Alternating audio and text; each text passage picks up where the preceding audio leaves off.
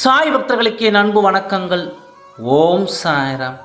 என் அன்பு குழந்தை, உன் உள்ளம் விரும்பும் ஒரு நபரிடம் இருந்து உனக்கான ஒரு மங்கள செய்தியை கொண்டு வரப்போகிறேன்.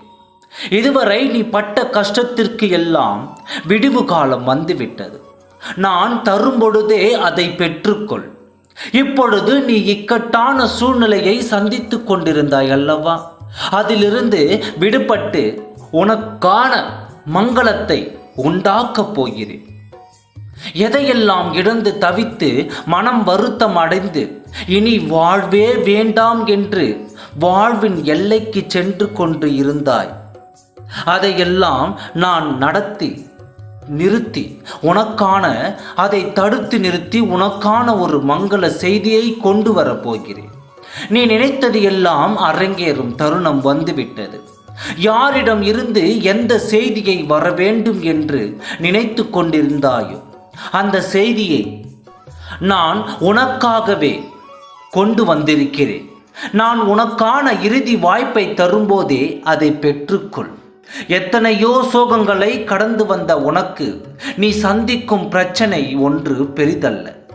என் குழந்தையே, நீ இதையும் மிகவும் எளிதாக கடந்துவிடும் தருணம் எல்லாம் உன் வாழ்வில் வரப்போகிறது. என் அன்பு குழந்தையே, இப்பொழுது உன் வாழ்வில் நீ நினைப்பது ஒன்று, நடப்பது ஒன்று என்று நினைத்து கொண்டிருக்கிறாய். அதை நடத்தி தருபவனே இந்த சாயப்பா தான். நடத்தி தருபவன் என்று உனக்கு தெரியாதா? நீ நினைத்ததை எனக்கு நேரத்தில் நடத்தி தருவது தானே உன் சாயப்பா. அது உனக்கு தெரியும் பொழுது ஏன் இப்படி வருத்தப்பட்டு கொண்டே இருக்கிறாய்?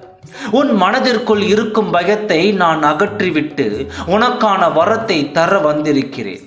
அதை தரும்போதே பெற்றுக்கொள் குழந்தையே. நீ நினைத்தது இப்பொழுது நடக்கவில்லையே என்று வருத்தப்படாதே. உன்னுடைய விஷயத்தை நான் பார்த்து கொள்கிறேன். இனி முயற்சியை மட்டும் நீ செய்து கொண்டே இரு.